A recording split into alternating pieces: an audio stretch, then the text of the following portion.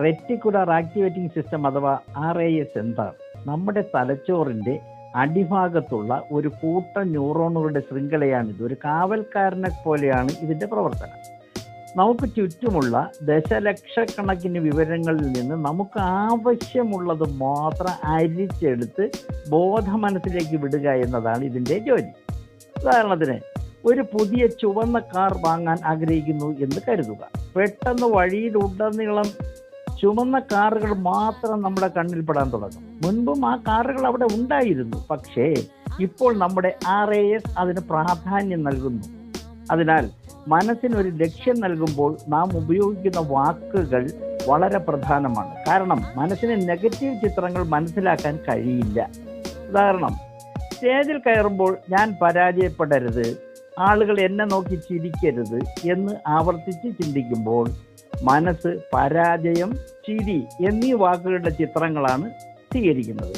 ഫലത്തിൽ നാം അറിയാതെ തന്നെ പരാജയത്തിൻ്റെ ചിത്രമാണ് മനസ്സിന് ലക്ഷ്യമായി നൽകുന്നത് എന്ന് അർത്ഥം. ഇത് ഭയവും ആത്മവിശ്വാസക്കുറവും ഉണ്ടാക്കുകയും യഥാർത്ഥത്തിൽ പരാജയത്തിലേക്ക് നയിക്കുകയും ചെയ്യുന്നു. ഇതിനെ മനഃശാസ്ത്രത്തിൽ സെൽഫ് ഫുൾഫില്ലിംഗ് പ്രൊഫസി അഥവാ നമ്മൾ മുൻകൂട്ടി പ്രവചിച്ച് നമ്മുടെ പ്രവൃത്തികളിലൂടെ നമ്മൾ തന്നെ സത്യമാക്കുന്ന അവസ്ഥ എന്ന് വിളിക്കുന്നു. കണ്ണുകൾ അടച്ച് കയ്യിൽ ഒരു പഴുത്ത മഞ്ഞ നാരങ്ങ ഇരിക്കുന്നതായി സങ്കല്പിക്കുക.